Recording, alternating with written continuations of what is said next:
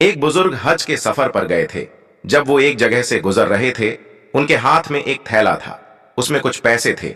अचानक एक चोर उनके हाथ से थैला छीनकर भाग गया। जब चोर काफी दूर निकल गया, तब अचानक उसकी आंखों की रोशनी खत्म हो गई। आंखों की रोशनी जाते देख उस चोर ने रोना शुरू कर दिया।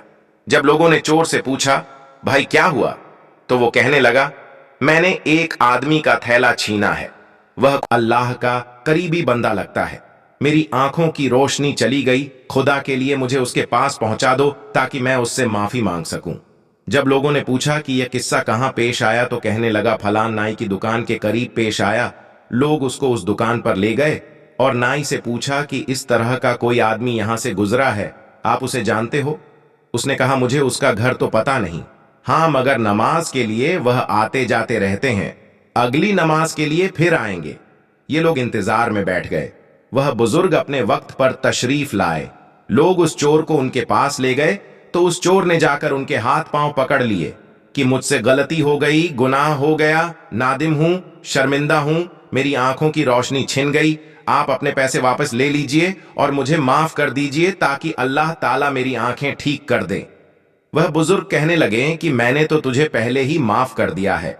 यह सुनकर चोर बड़ा हैरान हुआ। कहने लगा, हजरत, मैं तो आपका थैला छीनकर भागा और आप कहते हैं कि माफी मांगने से पहले ही माफ फरमा दिया। वह फरमाने लगे, हाँ मेरे दिल में कोई बात आ गई थी।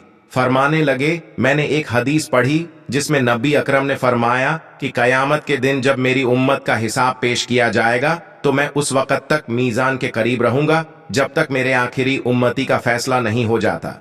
मेरे दिल में यह बात आई कि अगर मैंने इस चोर को माफ नहीं किया तो कयामत के दिन यह मुकदमा पेश होगा और जितनी देर मेरे मुकदमे का फैसला होने में लगेगी, अल्लाह के नबी अलैहिस्सलाम को उतनी देर जन्नत से बाहर रहना पड़ेगा।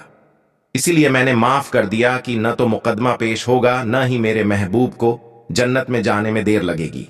वह जल्द जन्नत में तशरीफ ले जाएंगे।